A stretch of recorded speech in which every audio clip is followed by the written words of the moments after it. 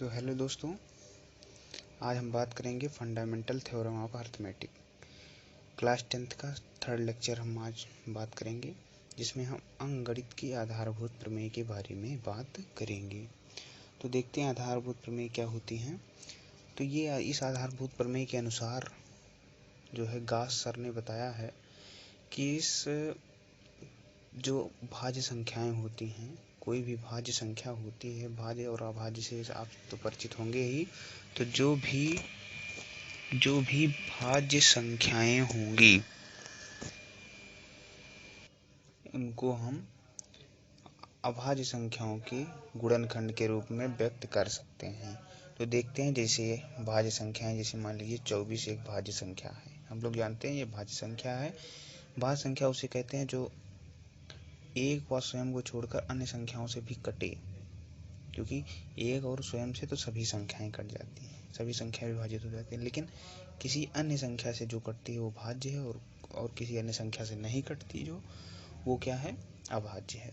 तो जो भाज्य संख्याएं होती हैं उनको अभाज्य संख्याओं के गुणनफल के रूप में जो है, या उनकी अभाज्य गुणनखंड के घातों के रूप में लिखा जाता है। घात क्या अभी देखो बताएंगे। जैसे 24 का हम जो है गुणनखंड अगर करेंगे, 2 गुणे जो है 2, 2 दूनी 4,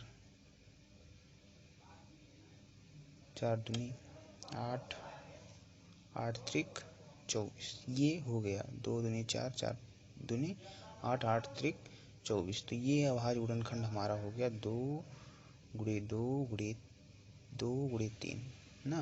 तो अंकगणित आधारभूत प्रमेय का क्या है, ये इस अभाज्य को हम इसके गुणनखंड के घातों के रूप में लिख सकते हैं। इसको ऐसा लिख सकते हैं, इसको इस तरह से जो है लिख सकते हैं। तो दोस्तों हम इसको जो है 2 की घात 3 और 3 की घात 1 के रूप में लिख सकते हैं। तो यही आधारभूत प्रमेय के अनुसार हो गया अंकगणित के आधारभूत प्रमेय। इसीलिए कहा जाता है क्योंकि ये अंकगणित में एक अपना अच्छा सा रोल अदा करता है, जो महान रोल अदा करता है एक प्रकार से हम कह सकते हैं।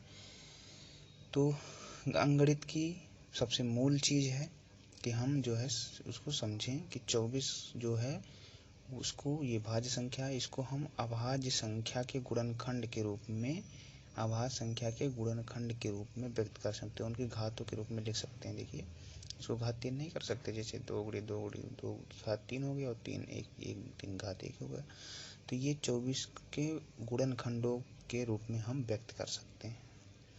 तो ये हो गया हमारा अंकगणित की आधारभूत प्रमेय, जिसको कार्ल फ्रेडरिक गॉस ने दिया था अपनी पुस्तक में। इसका वर्णन जो है किया था। तो हम इससे जैसे 24 से बड़ी संख्या भी ले सकते हैं। इसी प्रकार देख सकते हैं, जैसे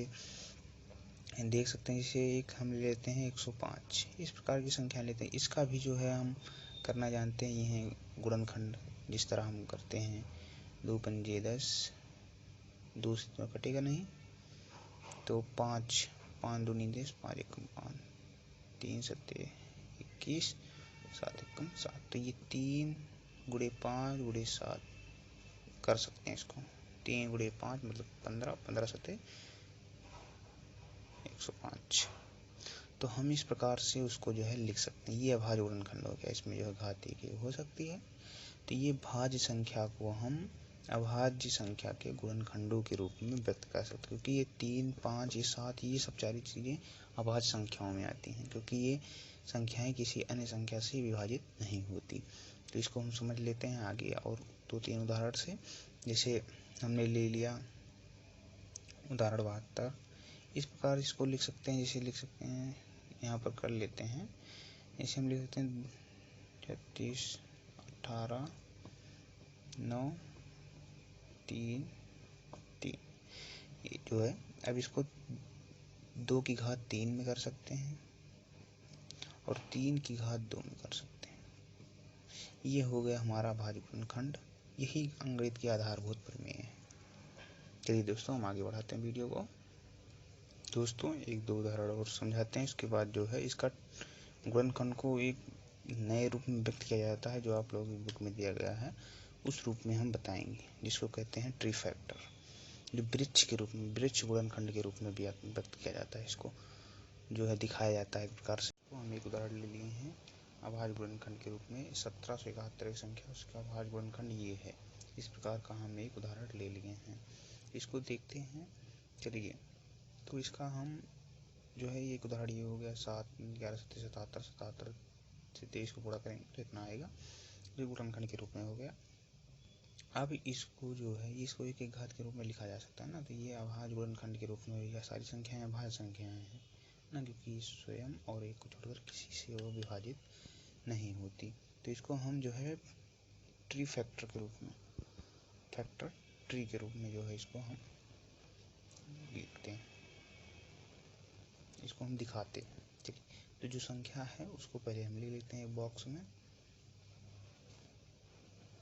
इस प्रकार से ना। उसके बाद क्या करते हैं, उसी से ये दो लाइनें ना, इसके बाद क्या होता है, यहाँ पर एक बॉक्स बना लेते हैं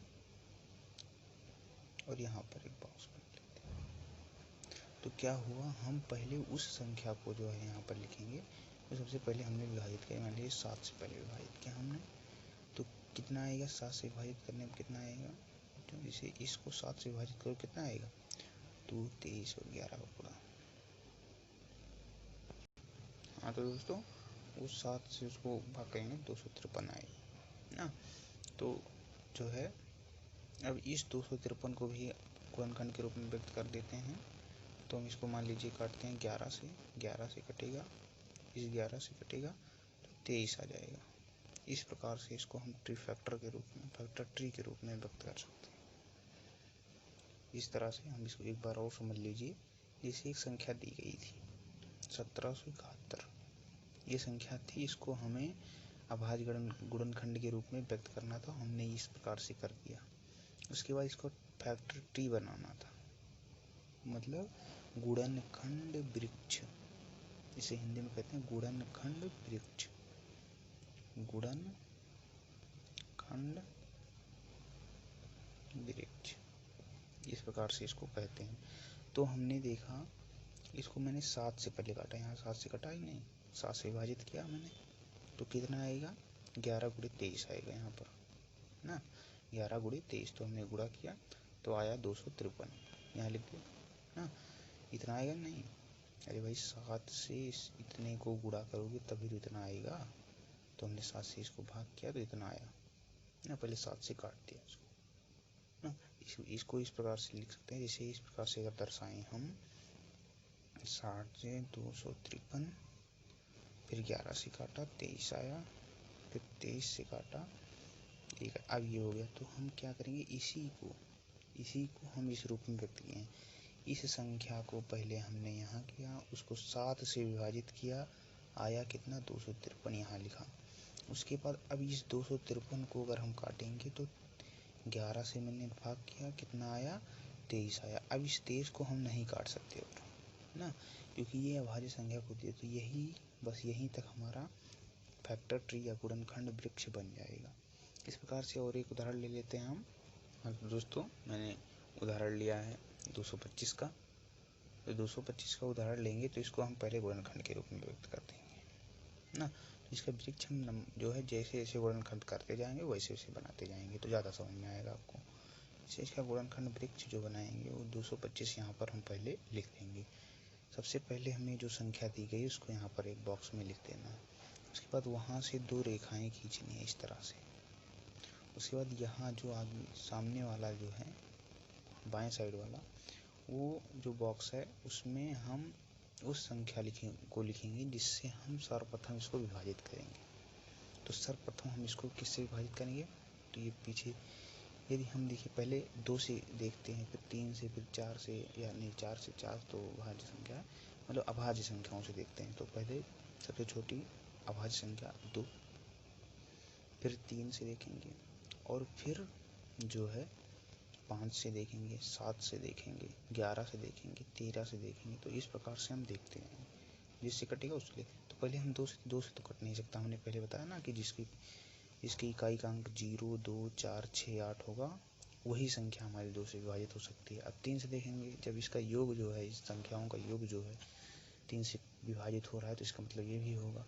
तो 5 2 7, 7 2 9 आएगा ना, इसका मतलब ये विभाजित होगा 3 से। तो पहले हम 3 से विभाजित कर लेते हैं। तो करेंगे तो 3 सत्ते 21, 1 बचा 3 बचे 15, ये आया हमारा। अभी भी 7 5 12, ये अभी भी 3 से कट सकता है, तो 3 से एक बार और काट देते हैं। नहीं, पहले इसको वृक्ष में रूप में लिखेंगे। जैसे इतना आया, 3 से काटे हमारा 225 को, तो हमारा जो है 75 आया। अब इसको लिखेंगे तब 3 से काटेंगे और 75 आया। इस प्रकार से हम लिख देंगे, 3 से विभाजित करिए 75 आया। अब ये 75 अभी और भी कट सकता है, अभी और भी विभाजित हो सकता है, तो इसको हम और बॉक्स में इसको जो है बनाते हैं ना। अब ये 75 को किससे काटेंगे? 3 से, तो 3 यहाँ पर लिख दीजिए। 3 से कितना आएगा वो यहाँ पर लिखा जाएगा। 3 से काटेंगे तो कितना आएगा? 3 दूनी 6 और 1 हासिल जो है 15, 3 पची 15, तो आया 25। 25 यहाँ पर लिख देंगे ना, यहाँ पर 25 लेंगे। अभी फिर जो है इसको भी 25 भी फिर भी कट सकता है, तो इसको और भी करेंगे। तो ये 25 अब 5 से ही केवल कटेगा, तो 5 से कटेगा कितना आएगा? 5, तो यहाँ पर 5 और 5 लिख देंगे। 5 आया। अब ये 5 से कटेगा और 1 आएगा ना। अब इसका मतलब अब ये नहीं कट सकता, मतलब 5 ये नहीं, अब 5 किसी से नहीं कटेगा, इसका मतलब अभाज्य गुणनखंड नहीं गया है, तो यही हो जाएगा। इसको ऐसा भी लिख सकते हैं अगर लिखना चाहो, लेकिन इसका कोई ज़रूरी नहीं है ये, तो कोई ज़रूरी इसको लिखते जाएंगे तो इसलिए इसको नहीं लिखते। बस ये हो गया, इस संख्या को हम यहाँ पर नहीं लिखते, क्योंकि अब ये 5 जो है 1 से काटने का कोई मतलब नहीं, तो ये हो जाएगा। यहाँ तक ये जो है गुणनखंड वृक्ष जो है हो जाएगा। ठीक है बच्चों, समझ में आया? लाइक जो है देते रहिए। हाँ तो दोस्तों, अब हम पढ़ेंगे लघुत्तम समापवर्ती और महत्तम समापवर्तक। हम इसको पहले लेक्चर में डिस्कस कर चुके हैं क्या क्या होते हैं। एचसीएफ का तो हमने बहुत अच्छे से अध्ययन किया है, एलसीएम थोड़ा अभी अध्ययन करेंगे इसके आगे। तो ये होते हैं हमारे, इन दोनों को हमें पढ़ना है किसके? अंगणित की आधारभूत प्रमेयिका से। जो अंगणित की आधारभूत प्रमेय है ना, फंडामेंटल जो हमारी अर्थमेटिक की एक फंडामेंटल प्रमेय है, थ्योरम है, उसके बारे में हम जो है उसको हम प्रयोग करेंगे किसके रूप में? जो है लासा और मासा ज्ञात करने में, एलसीएम या एचसीएफ ज्ञात करने में, least common multiple highest common factor, ये जो है ज्ञात करने में हम इसको करेंगे। किसका प्रयोग? आधारभूत प्रमेय, अंगणित की आधारभूत प्रमेय का जो है प्रयोग करेंगे। इस प्रकार हमने अब थोड़ा परिचय करा दें लघुत्तम समापवर्तक से। तो ये समापवर्त से, इसको समापवर्त क्या होता है ये पहले समझिए। समापवर्त वह होता है जो दी गई संख्याओं से पूरा पूरा कट जाए। जो, ध्यान से सुनिए, जो संख्या कोई भी 2 या 3 संख्याएं दी हैं, जैसे 2 4 और 2 3 4, ये एक प्रकार से लेते हैं, तो क्रमागत संख्या लेते हैं। जैसे 2 3 और 4, ये तीनों संख्याओं का अगर समापवर्ती देखें, समापवर्ती का मतलब होगा जो 2 3 और 4 तीनों जो है तीनों संख्याओं से जो है कटे जब विभाजित हो, तो हमारा पहला जो संख्या होगी वो होगी 4। ये 4 भाई 2 से 2 नहीं, 4 नहीं होगी, क्योंकि 4 2 से तो और 4 से तो कट जाएगा, लेकिन 3 से नहीं कटेगा। 4 नहीं होगा, सॉरी इसके लिए। तो हमारा जो है 4 किससे कटेगा भाई? देखिए, इसका मतलब समापवर्ती का मतलब हमने क्या बताया कि वह संख्या, वे संख्याएं जो दी गई संख्याओं, ये संख्याएं इन संख्याओं से पूरी पूरी विभाजित हो जाएं। ये संख्याएं इन संख्या से विभाजित होंगी पूरी पूरी, तो वे संख्याएं समापवर्त कहलाएंगी इन संख्याओं की। जैसे एक देख लेते हैं, ये 12 होगी पहली संख्या, ये 12 जो होगी वो 2 से भी कटेगी, श्योर, हाँ, 3 से भी कटेगी, 4 से भी कटेगी ना। इसका मतलब ये समापवर्त है किसका? 2 3 और 4 का। या एक और दे सकते हैं इसको, 24 इसी प्रकार, 36 इसी प्रकार, 12 का जितना भी जो 12 का जो गुणन होगा, जितना भी होगा, वो जो है सब 2 3 और 4 से विभाजित होंगे पूरी पूरी, अर्थात ये सब समापवर्त कहलाएंगी किसकी? इन संख्याओं की। तो लेकिन यहाँ पर एलसीएम है, लघुत्तम है। यहाँ पर लघुत्तम मतलब वह छोटी से छोटी संख्या जो दी गई संख्याओं से पूरे पूरे। तो इसमें जो है समापवर्त में जो सबसे छोटी संख्या होगी वो जो है एलसीएम कहलाएगी, किसकी, जो संख्याएं दी गई हैं यहाँ पर। तो इन 12 यहाँ पर सबसे छोटी है। तो 2, 3 और 4 की लासा या जिसे कह सकते हैं एलसीएम जो होगा वो 12 होगा। समझ में आया? ठीक है। और ये एचसीएफ हमने एक थोड़ा कन्फ्यूजन ना पैदा हो इसलिए इस प्रकार से यहाँ पर और एक प्रकार से उसको समझा सकते हैं, समझा दें। जैसे समापवर्तक का मतलब होता है वह संख्या जो दी गई संख्याओं से कट जाए। देखिए ध्यान दीजिए कि जो है लघुत्तम समापवर्त का मतलब होता है वे संख्याएं जो इन संख्याओं से पूरी पूरी कट जाएं, इन सभी संख्याओं से पूरी पूरी कट जाएं। और महत्तम समापवर्तक का मतलब होता है जो दी गई संख्याओं को पूरा पूरा काट दे। अर्थात जो महत्तम समापवर्तक होता है वो जो है इन जो ये संख्याएं दी हैं इसमें सबसे छोटे के बराबर हो सकता है या फिर उससे भी छोटा होगा समापवर्तक ना। और ये इन दी हुई संख्याओं से समापवर्त अगर निकालेंगे तो या तो इन संख्याओं में जो सबसे बड़ी के बराबर होगा या फिर उससे भी बड़ा होगा। जिस प्रकार हम देख सकते हैं सबसे बड़ी 4 है, 4 से भी बड़ा यहाँ पर है। तो ये हो सकता है समापवर्त। और समापवर्तक अगर इसका देखेंगे तो ये कोई भी केवल एक से 3 संख्याएं कर सकते हैं, बाकी किसी से नहीं। तो ये जो है इसका एचसीएफ हो जाएगा। तो मतलब इन तीनों संख्याओं से ये छोटी होगी जो समापवर्तक होगा, और समापवर्त जो होगा इन तीनों संख्याओं से बड़ा होगा। इसको ध्यान रखिएगा। तो समापवर्त का मतलब होता है कि वह संख्या जो दी गई संख्याओं को पूरा पूरा काट दे। समापवर्त का मतलब होता है पूरी पूरी कट जाए, उन दी हुई संख्याओं से पूरी पूरी कट जाए समापवर्त, काट दे तो समापवर्तक। ये आप समझ लीजिए। और इसमें देखेंगे एचसीएफ जो बड़ी से बड़ी संख्या होती है, जो बड़ी से बड़ी संख्या काटती है वो उसको हम लेते हैं, और जो इसमें जो छोटी से छोटी होगी वो एलसीएम में लेंगे। जो बड़ी से बड़ी होगी वो एचसीएफ में लिया जाएगा, जो छोटी से छोटी होगी इसमें जो है एलसीएम में ले जाएगा। लगभग समापवर्त में जो छोटी होगी उसको जो है एलसीएम में ले जाएगा, और समापवर्तक में जो बड़ी होगी उसे जो है एचसीएफ में लिया जाएगा। जिस प्रकार हम एचसीएफ को जैसे बात करते हैं, जैसे दो संख्या लेते हैं 12 और 18, ये दो संख्या लेते हैं। ये दो संख्या 2 से भी कट सकती हैं ना, 2 से भी कट सकती हैं दोनों संख्याएं ना। और किससे कट सकती हैं? 3 से कट सकती हैं, 6 से कट सकती हैं, बस इन तीनों से कट सकती। यही उदाहरण हमने शायद पहले भी लिया है पहले वाली वीडियो में। तो 2 से भी कट सकती हैं, 3 से, 6 से। तो इसमें अब हम एचसीएफ कहें तो क्या होगा? समापवर्तक तो भाई ये 3 हो जाएंगे। इन दो संख्याओं का समापवर्तक जो होगा ये 3 संख्याएं होंगी, एक भी हो सकता है। तो इसमें हम क्या देखेंगे, जो सबसे बड़ी संख्या होगी उसे एचसीएफ में लेंगे।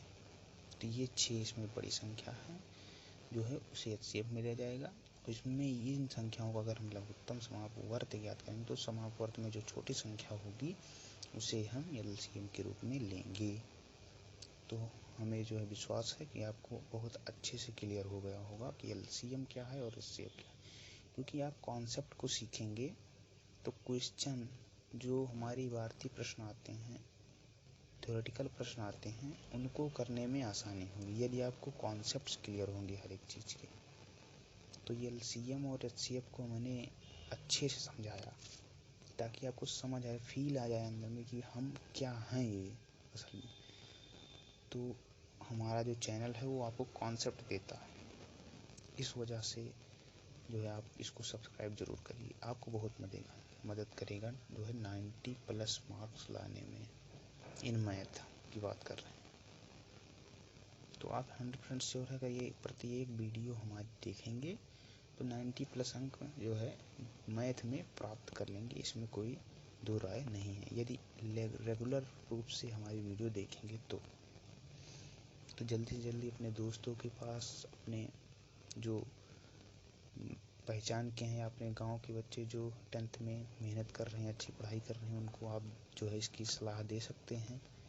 यदि पसंद आए तो आप भी जो है लाइक ज़रूर करिए, कमेंट करिए कैसा मैं पढ़ा रहा हूँ इसके बारे में, और सुझाव दीजिए कि और क्या क्या हम इसमें सुधार ला सकते हैं। ठीक है, आगे की वीडियो हम शुरू करते हैं। तो हाँ, तो एलसीएम और एचसीएफ को मैंने बात किया था कि इसको जो है अंकगणित के आधारभूत प्रमेय से कैसे इसको ज्ञात करेंगे। तो कैसे ज्ञात किया जाता है इसको एक उदाहरण लेकर के समझा देते हैं, बस इसी पर हमारा टॉपिक आज का ख़त्म होगा। तो जो है जैसे एक उदाहरण ले लेते हैं 140, ये एनसीईआरटी का पहला क्वेश्चन भी है। हमने बताया अभी आपको कि मैं एनसीईआरटी के माध्यम से ही आपको पढ़ाऊंगी। बोर्ड से क्वेश्चन जो हैं यहीं से उठते हैं, इसी बेस पर उठाया जाता है बोर्ड में। तो आपको बोर्ड की तैयारी के लिए अच्छे से हम इसको पढ़ा रहे हैं। तो इसके लिए हमने एक पहला उदाहरण ले लिए हैं 140। तो इसमें हम इसका जो है अभाज्य गुणनखंड ज्ञात करेंगे। अभाज्य गुणनखंड ज्ञात करने के लिए हम रफ कार्य में इसको करते हैं, जब कापी में नहीं करेंगे इसको। रफ कार्य में क्या करते हैं, इसको इस तरह से हम बना लेते हैं, इसको इस तरह से काट लेते हैं। जो यहाँ पर कापी में किया जाता है वो इस प्रकार से किया जाता है। यहाँ इस प्रकार हम यहाँ पर गुणे के रूप में लिखेंगे संख्याएं इसे गुणा होगा। तो पहले इसको देख लेते हैं किस प्रकार से आएगा। ये 0 है लास्ट में, 2 से विभाजित हो सकता है, 2 से 14, 2 से भी विभाजित हो सकता है, 35 आएगा, 2 3 6, 2 5 10। ये आपको समझना चाहिए, ये बहुत आसान चीज़ें हैं, इस वजह से मैं इसको ज़्यादा फोकस नहीं कर रहा हूँ। बाकी आगे देखते हैं इसको। अब जो है 5 3 8, ये 3 से नहीं कर सकता, 2 से तो इसे नहीं कटेगा। अभी 5 से कट सकता है, 0 और 5 जो है जिसके लास्ट में रहता है वो 5 से पक्का कट जाता है, विभाजित हो जाता है। तो हम 5 से इसको काटेंगे तो 5 7 35, 7 आया, 7 से कट सकता है, 1 आएगा। तो ये हमारा अभाज्य गुणनखंड के रूप में इसको व्यक्त किया जा सकता है इस प्रकार से। 2 गुणे 2 5 2 गुणे 2 गुणे 5 गुणे 7, ये हमारा अभाज्य गुणनखंड के रूप में व्यक्त हो जाएगा। जो हमने बताया प्रमेय, इस जो है प्रमेय अंकगणित के आधार पर प्रमेय है, उसके हिसाब से इस प्रकार से इसको व्यक्त किया जा सकता है। तो हमने इस प्रकार से हम समझाएं कि एलसीएम यहाँ पर जो है याद करना है ना, एचसीएफ याद करना है। तो एलसीएम और एचसीएफ ज्ञात करने के लिए जब तक दो संख्याएं नहीं होंगी तब तक हम किसी पर संख्या में बात करेंगे। इस वजह से एक संख्या और लेते हैं, जैसे इसको अभाज्य गुणनखंड के रूप में व्यक्त कर सकते हैं। एक संख्या हमने और ले लिया, समझो ले लेते हैं 156, ये संख्या लेते हैं। इन दोनों में हमें देखना है कि इसका इन दोनों संख्याओं का एलसीएम और एचसीएफ क्या है। तो इसका भी गुणनखंड इसी प्रकार कर लेते हैं। तो 2 से करेंगे, 2 से 14, 2 8 16, फिर 2 से कट सकता है, 2 3 6, 2 9 18। अब 3 से कटेगा, ये 3 3 9, फिर 13 से कटेगा। तो इस प्रकार से इसको भी कर सकते हैं, 2 गुणे 2 गुणे 3 गुणे 13। थोड़ा जल्दी करा रहा हूँ, जो है इसको इस प्रकार से लिखा जा सकता है। अब हम क्या बताए थे कि एलसीएम क्या होता है। जो दी गई संख्या है, इन दोनों संख्याओं, ये दो संख्याएं ना दी गई, इन दोनों संख्याओं जो है 140 और 156, दोनों संख्याओं को जो है दोनों संख्याओं से पूरी विभाजित हो जाए, वह छोटी से छोटी संख्या जो इन दोनों संख्याओं से पूरी विभाजित हो जाए, वह एलसीएम है। तो इसका एलसीएम कैसे ज्ञात करेंगे, देखिए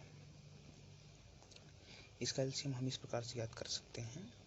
देखिए ये संख्याएं दोनों 2 से कट रही हैं, यहाँ पर ना 2 लिख देंगे। ये 2 से यहाँ भी कट रही हैं, 2 ले देंगे, क्योंकि ये दोनों संख्याएं 2 से भी कट सकते हैं, ये दो संख्या 2 से। उसके बाद अब 5 से कट रही हैं, 5 से केवल ये कट रही है, ये नहीं, तो 5 भी लिखेंगे एलसीएम में, क्योंकि हमें दोनों को काटना है ना। अब इसका भी देखना है, इसका भी देखना है, मतलब इन दोनों से जो संख्या कटे वो।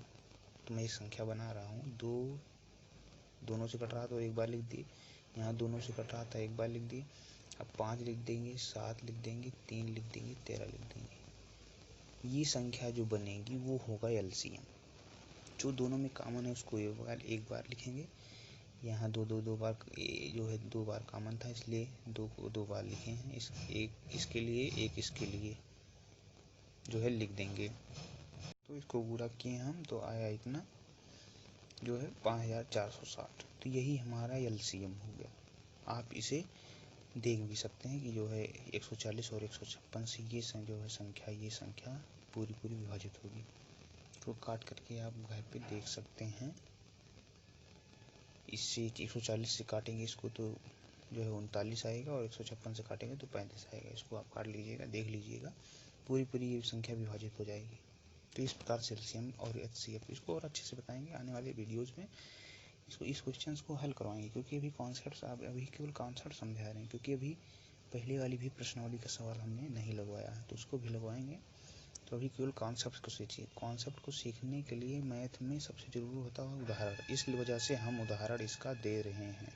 अब एचसीएफ याद करते हैं। एचसीएफ में हमने क्या बताया था, वह बड़ी से बड़ी संख्या जो दी गई संख्या है 140 और 156, इन संख्याओं को पूरा काट जाओ, वह अकेले जो है इनको भी और इनको भी काट दे, तो वह संख्या केवल क्या हो सकती है, दो दोनों को काट सकती है, और यहाँ पर दो दोनों काट सकती है, बाकी कोई नहीं। तो एक ये दो काट सकती है और एक ये दो काट सकती है। अरे भाई दोनों काट रही ना, दोनों गुणनखंड में आ रहा है, इसका मतलब ये इस दो से भी कटेगा, ये मतलब ये भी दो से कटेगा, ये भी दो से कटेगा, और एक दो और से भी ये कटेगा एक दो से। तो हम क्योंकि बड़ी से बड़ी संख्या लेते हैं, इस वजह से जो है 2 गुणे 2 लेंगे, इस वजह से ये 4 आ जाएगा। एचसीएफ कितना आएगा, 4 इन दोनों संख्याओं। और कोई काम यहाँ पर हो नहीं रहा था, इस वजह से हम इसको जो है संख्या लिख देंगे इस प्रकार से 4। तो आने वाली वीडियोज़ में हम और इसको अच्छे से उदाहरण लेकर के समझाएंगे। अभी अगली वीडियो में हम लेक्चर 4 में हम समझाएंगे प्रश्नावली 1.1, मतलब पहली प्रश्नावली का सवाल जो है हल करवाएंगे। इसके बाद 1.2 में आएंगे तो इस प्रकार के सवाल को हल कराएंगे। तब तक के लिए थैंक यू। तो हमारे चैनल को सब्सक्राइब अवश्य कर दीजिएगा। धन्यवाद।